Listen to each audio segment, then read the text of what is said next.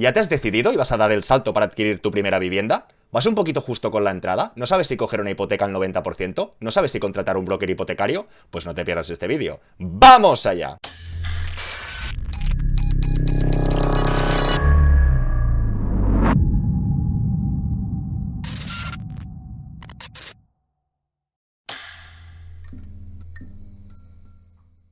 Hola a todas y todos, bienvenidos al Banquero del Pueblo. Recordaros que cuando lleguemos a 100.000 suscriptores nos veremos las caras.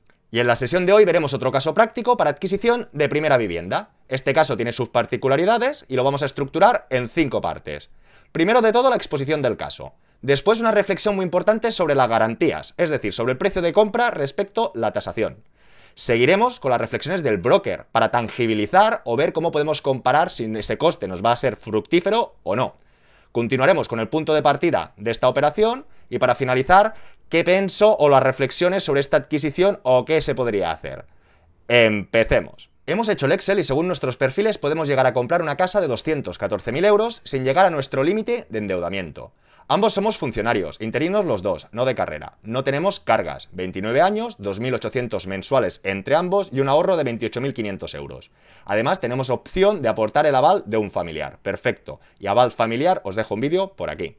Mi consulta viene a que estamos con el banco Mediolanum. Ellos nos ofrecen un 80%, por lo que está descartado firmar con ellos. Por ello, te expongo un par de dudas a raíz de hablar con el asesor Family Banker que tenemos asignado, al comentarle el rechazo de hacer hipoteca con ellos al 80%, ya que los inmuebles que aspiraríamos no son para nada de nuestro agrado. Tenemos en mente intentar sacar una hipoteca al 90 o al 95%, y lo que reste de gastos complementarlo con un crédito personal. La consulta viene dado que cuando comenté la opción de hacer esto, él lo primero que me ofreció fue un contacto suyo, broker hipotecario, para intentar llegar a conseguir una hipoteca, la cual aseguraba que nos la darían sí o sí, con ellos por 3.500 o 4.000 euros. Vamos, un fee o una comisión. Además, rehizo los cálculos que tenía hechos para indicarme que como máximo, en el mejor de los casos, podríamos aspirar a una casa de 200.000 euros como muchísimo. Mis dudas son las siguientes. Con nuestro perfil, teniendo en cuenta que somos interinos, ¿qué opciones tendríamos de encontrar hipoteca al 90-95 por nosotros mismos? ¿Podríamos subir esa búsqueda al rango de 215-220.000 tal y como teníamos pensado? A la hora de negociar hipoteca, nuestro Family Banker nos vendió que si no tienes contacto dentro del banco, no íbamos a conseguir más del 80% nunca. Me parece un enunciado muy interesante porque tiene unos matices que no hemos visto en otros casos y que veremos en la sesión de hoy. Visto la exposición del caso, saltamos al siguiente punto. Vamos a ver esa reflexión sobre las garantías. Tenemos que ser conocedores y saber las diferencias entre el precio de compra y el precio de tasación. O más que las diferencias, saber que el banco solo le importa el valor de tasación. El precio de compra es una referencia para saber si estás comprando por encima o por debajo de mercado. Pero el porcentaje de hipoteca que te vayan a conceder siempre irá con el de tasación. Lo mejor que te podría pasar es comprar un inmueble por 100.000, que la tasación son 200. Una hipoteca al 100%, o que para ti sería al 100%, porque estás financiando el 100% del valor de compra, de cara al banco sería una hipoteca al 50%, porque la garantía o su precio real, insisto, el precio que declara la tasación, sería 200. Por lo tanto, tendrían una deuda del 50% sobre el valor de mercado. Y otra cosa, otra historia, otra película es nuestro precio de adquisición. ¿Por qué pegó todo este rollo? Porque toda esa gente que quiera financiación de más del 80%, que busque el 90, el 95 o el 100, tiene que ser conocedora y consciente de este tema. Como podemos ver a continuación, punto de partida del precio de compra, tasación. Prevalece tasación siempre, es la garantía real. Caso 1, caso 2. Caso 1, precio del inmueble, 100.000, tasación, 100.000. Y en el segundo caso, precio del inmueble, 100.000, tasación, 125.000. Si en el primer caso pedimos una hipoteca al 80%, el banco realmente nos está prestando el 80% del importe total, porque coinciden, está haciendo un esfuerzo de ese 80%. Si pidiéramos una hipoteca del 90%, estaría haciendo un esfuerzo del 90%. Pero en este siguiente caso nos damos cuenta de otra cosa. Como la tasación son 125, realmente, si nos quiere financiar el 100% de esta operación, que ya sabemos que es complicado, os dejo otro vídeo por aquí, pero si nos quisieran hacer el 100% del precio de compra-venta, realmente solo tendrían que hipotecar el 80%. Es decir, en este 80% nos dan 80.000. Y aquí, como el valor de tasación es superior, este 80 son los 100. Si alguien quiere hacer una hipoteca al 90%, tendría que tener más o menos la certeza que la tasación va a salir por encima. Vale, banquero, pero ¿cómo sé yo que la tasación es más alta? Aquí os dejo un vídeo de la tasación que os ayudará y como reflexión para no entretenernos y seguir avanzando, si no os animo a dejarlo en comentarios y preguntas y trataremos otras ediciones para ello, inmuebles que tengan más metros que los habituales en esa zona o en la comparativa de inmuebles que estén cercanos y normalmente que estén a reformar. ¿Qué? Correcto. Tenemos que saber que una tasación de un inmueble reformado y no reformado, no confundir no reformado con destrozado, sin nada, sin lavabo, sin tuberías y sin electricidad. Quiero decir, una cosa es un inmueble inhabitable, otra cosa es que se tenga que reformar porque es antiguo y la otra que esté reformado nuevo. Tenemos que saber que entre reformado nuevo y reformado antiguo, la diferencia de tasación no hay tanta diferencia y predominarán los metros cuadrados. Principio aquí el sentido común no fallaría. Es decir, tú te puedes comprar un inmueble más grande que no está reformado a mejor precio. ¿Por qué? Porque tú después tendrás que hacer dicha reforma. Y es en estos casos donde normalmente suelo recomendar no hipotecar el 80, hipotecar el 90. Es decir, si tú tienes que reformar un inmueble y vas a pedir un préstamo personal, a no ser que utilices la pignoración, todos sabéis que el préstamo personal es más caro que la hipoteca. También habría que hacer los números. Si firmas una hipoteca fija al 3 a 30 años versus un préstamo personal al 8 durante 5 años, quizá la hipoteca pesa más. Pero todo lo que es aquello que vas a cambiar de vivienda, que tienes muchos gastos, que tienes que digerir bien esa reforma, sobre hipoteca, pasar de un 80 al 90, lo vería bien. Cuando es en tema de liquidez, lo veremos a continuación. Visto el punto de partida y la reflexión sobre las garantías, saltemos al broker hipotecario. En otras ediciones hemos visto cómo medir o cómo tangibilizar su coste. Hoy lo vamos a volver a ver. Recordemos brevemente sus tarifas. Hablaba de cobrarnos de 3.500 a 4.000 euros para conseguir de un 80 a un 90 o 95. Tampoco es claro en este aspecto. Supongamos que nos consigue un 10% adicional. Sobre este importe de 214.000 euros hablaríamos de 21.500 extra. De entrada, ¿las entidades están haciendo hipotecas al 90 o no? Está muy bien confiar y creernos las palabras de las personas, pero creo que cada uno tiene que buscarlas por sí mismo. Actualmente el 90% nos queda lejos o nos queda cerca.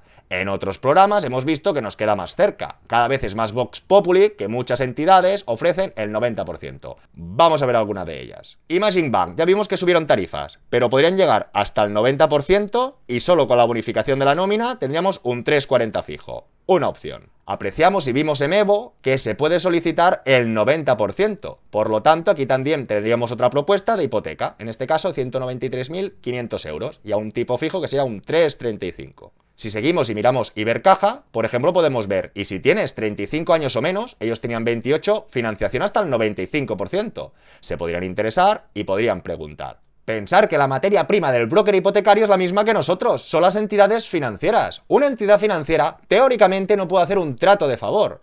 A saber, esa comisión del broker, si untan o no untan, ya llamando al mal tiempo. Pero insisto, es decir, al final la hipoteca que te consiga el broker no es del New Bank, no, será o el Santander, o el BVA, o el Sabadell, o Ibercaja, cualquiera de todas las entidades que trabajan en España. Por eso os animo en el buscador mirarlas. Eso no significa lo que veamos en internet o en una propaganda que tampoco se vaya a cumplir. Pero viendo que tienes ahorros, que tienes ratio de evolución, envía tu solicitud, interésate, eso sí, todo va a costar trabajo y tiempo. Si alguien quiere conceder una hipoteca, comprarse su vivienda sin hacer nada, que pague, eso está más claro que el agua. Y ya para rizar más el rizo, pensar que si efectivamente ese broker hipotecario tiene un amigo en un banco en concreto que hace hipotecas, actualmente en la banca hay mucha rotación, están reduciendo mucho la estructura, ya lo habéis visto, cierre de oficinas, concentración. Por lo tanto, algún broker que pueda tener alguna operación con algún conocido es cuestión de tiempo, de semanas, que no las pueda realizar. Por eso, creo que es fundamental la educación financiera y que cada uno sepa dónde está, dónde va, qué puede hacer y qué no puede hacer. Visto esta pequeña reflexión, vamos a tangibilizar ese coste del broker, que lo podemos hacer de dos maneras. La primera de todas. Si recordáis, hemos dicho que le faltarían 21.500 euros, que representaría ese 10%. Por lo tanto, una simulación de un préstamo de 21.500 al 8% en 7 años, el total de intereses que tendríamos que pagar sería de 6.648. El broker nos ha dicho que nos cobra 4.000. ¡Banquero, que me ahorro dinero! ¡Stop! El broker te cobra 4.000, pero a estos 4.000 falta añadir los intereses de esa hipoteca. Y en algunos casos un préstamo de este importe, este interés, a 7 años, hay que verlo a 30 años o 25 o cuando se haga la hipoteca para comparar peras con peras o manzanas con manzanas. Entonces aquí tendríamos la nueva simulación, que sería al tipo 335 que hemos visto de la oferta, por ejemplo, de Evo a 30 años. Calcular el pago mensual. Vemos que está claro, que la cuota del préstamo es de 335, en cambio aquí de 95. Pero no lo podemos mirar todo a la vez. Ahora vamos a mirar el coste económico. Si seguimos bajando, nos daremos cuenta que al cabo de 30 años habrá pagado en intereses nada más y nada menos que 12.611 euros. Es decir, si en vez de contratar el broker, ese 10% lo contrata con un préstamo, tendrá un coste de 6.650 euros de intereses en estos 7 o 8 años. En cambio, si contrata al broker, de entrada se va a descapitalizar 4.000 euros, que esos intereses eran en 8 años. Pues no, tú ya pagas 4.000. Y a 30 años, como habéis visto, se pagarían 12.000 euros de intereses. Es decir, tú con un préstamo lo podrías hacer y pagar 6.500 euros de intereses. En cambio, si lo haces con el broker, sería 12.000 euros de intereses más los 3.500 o 4.000 de comisión. ¿Qué? ¿Cogéis el broker o no lo cogéis? Y ahora, fuera bromas, intentando confiar con este broker, en vez de mirar ese préstamo, vamos a ver qué oferta de hipoteca nos tendría que hacer y con qué diferencial para que nos saliera a cuenta, evidentemente, hacerlo con él. Ahora nos encontraríamos en el Excel simulador hipoteca a cambio de interés, que lo dejaré en la descripción, y aquí tendríamos los datos de una de las operaciones. Al 90% al 3,35, suponiendo que se hiciera con Evo, tendríamos un pago total de intereses de 116.000 euros. Que este coste mensual, estos intereses promediados al mes, sería un coste de 322 euros al mes. Es decir, estos 116.000 euros, para que el broker nos hiciera una oferta que nos saliera a cuenta, significa que tendrían que ser los mismos datos, es decir, esta hipoteca al 90%, pero en vez de costar 116.000 euros de intereses, tendría que costar 112, es decir, tendríamos que restar su comisión para que nos saliera a cuenta. Y ya lo he preparado para no entretenernos. Es decir, tendría que firmar la misma hipoteca con el mismo capital, pero en vez de un 3,35 le tendría que hacer una rebaja o conseguir una oferta con alguna entidad al 3,25. Al 3,25 el total de intereses que pagaría serían 112.000 al cabo de 30 años y se ahorraría los 4.000 euros que tendría que poner él por anticipado ahora para que le consiguieran dicha hipoteca. A priori, como habéis visto, hay varias alternativas, varias soluciones o varias estrategias para saltarse a este broker. En todo caso, primero iría a preguntar a esas entidades que de manera abierta ofrecen ese 90%. Por supuesto que esta pareja donde tenga la nómina también lo tiene que preguntar, porque es donde tendrán su operativa fuerte, además que tienen 28.000 euros de ahorros y también siempre podrían decir que la familia, etcétera, les va a dejar un poco de dinero si les faltase o fuera el caso. Y sí que os animo, si confiáis con el broker o le queréis ver el plumero, que después de hacer vosotros una criba y haber escogido qué entidades vais a enviar vosotros mismos la documentación, Santander, Evo, Imagine, etc., pues a las entidades que vosotros no vayáis a enviar la documentación le decís al broker, venga, inténtala con estas. En ese sentido, me explico, yo también entiendo que vosotros no podéis enviar a 20 bancos distintos la oferta, que si tenéis un correo moderado lo podéis hacer, pero que si tenéis dudas, ya trabajáis con los principales bancos y no sabéis si os va a dar la sorpresa o no, pues lo podéis intentar. A título personal lo he probado, no con uno, con varios y nunca me han dado fruto, pero ya sabéis que la sigue la consigue, no se sabe. Y visto estos apartados, saltemos al punto de partida. Y ahora nos encontramos en el otro Excel, puedo pedir una hipoteca, que también lo dejaré en la descripción. Tendríamos que rellenar estos campos. Precio de la vivienda, 215.000. Impuestos, como individualmente no llegaban a 30.000 y eran jóvenes, ya les he puesto la bonificación, a confirmar.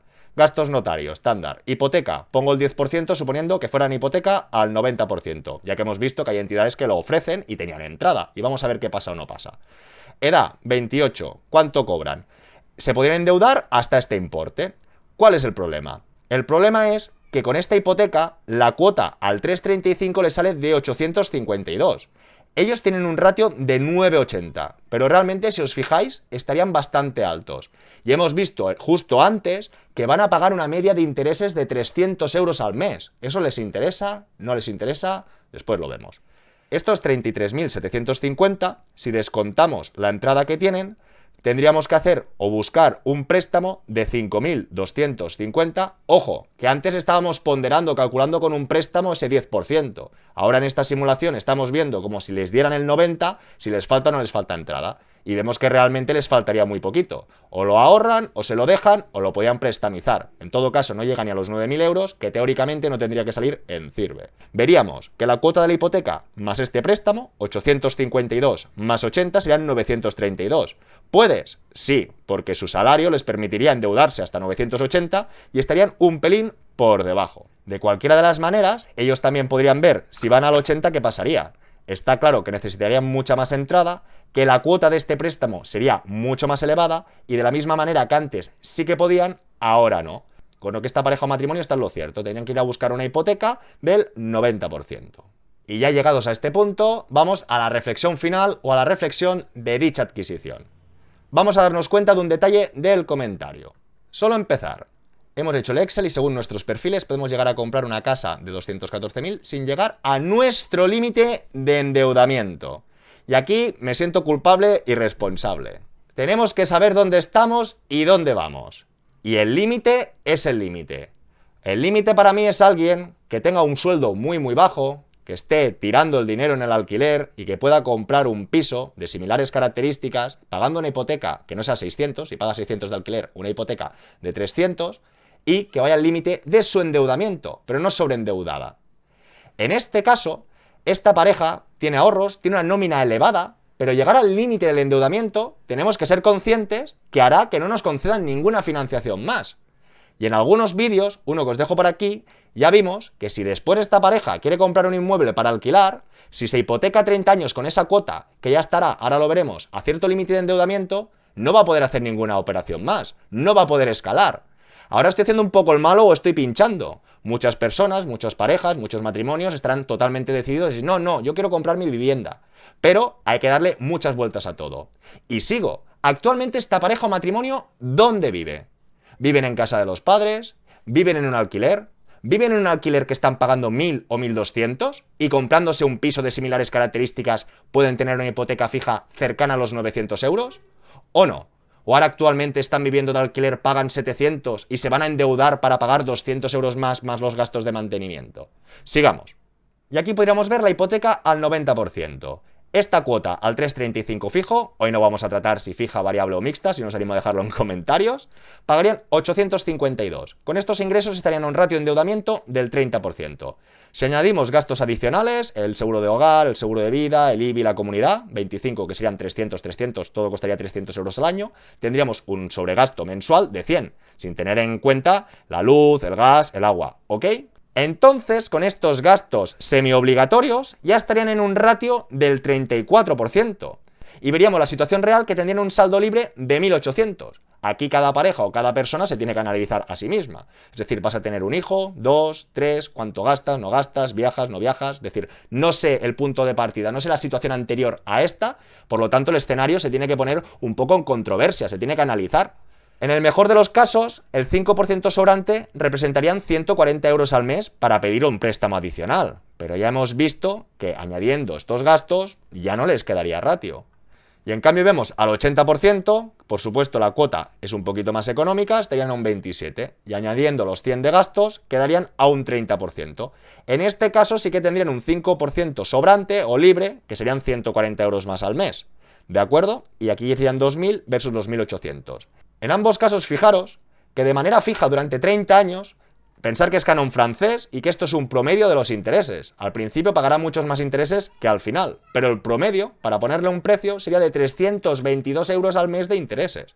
En cambio, el 80% serían 286. Apreciamos que es una diferencia de unos 35 euros. Tampoco habría mucho, pero sí que va sumando y al final de la operación lo pagaríamos. Y esto sería todo por la sesión de hoy, que si no me voy a alargar demasiado. Ya veis que todo junto de golpe no lo podemos atacar. Divide y vencerás. En la sesión de hoy hemos visto la importancia de la garantía o saber la diferencia del precio de adquisición con la tasación, dónde estamos nosotros y qué queremos. Pensar que si es un inmueble que está a un muy precio de mercado y es pequeñito, posiblemente esta tasación nos saldrá por debajo y no saldrá bien la operación. Por lo tanto, burro grande, ande no ande. Hemos visto el broker hipotecario. Broker hipotecario nos tendría que dar un poco de garantías o especificar las condiciones. Hemos visto en varios programas que normalmente son muy caros y no salen a cuenta. Pero por seguir mirando, que no se diga. El punto de partida. Hemos visto un punto de partida económico, pero cada uno tiene que hacer un punto de partida vital, le diría. Es decir, dónde estás ahora, dónde vas y saber los compromisos que vas a adquirir y no os dejéis los gastos de mantenimiento o los gastos extra. Y por último punto, como reflexión final, que vendría ligada con esta última, es ver si tú quieres escalar, no quieres escalar, que quieres invertir, no quieres invertir, para no ponerte la soga al cuello durante 30 años, que va a costar mucho salir. Y como punto final muy rápido, que quizá no me he metido mucho, comentan que son interinos. Al final da igual ser interino, no interino. ¿Cuánta experiencia laboral tienes? ¿Cuántos años llevas trabajando? ¿Qué formación tienes? ¿Puedes demostrar esa continuidad de ingresos?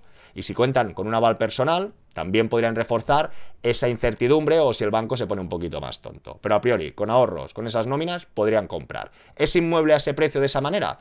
Yo ya no lo sé, me tendría que poner un poquito más en la piel. Lo dicho, espero todos vuestros comentarios y preguntas, darle like y suscribiros, y nos vemos muy pronto con más y mejor. ¡Hasta luego!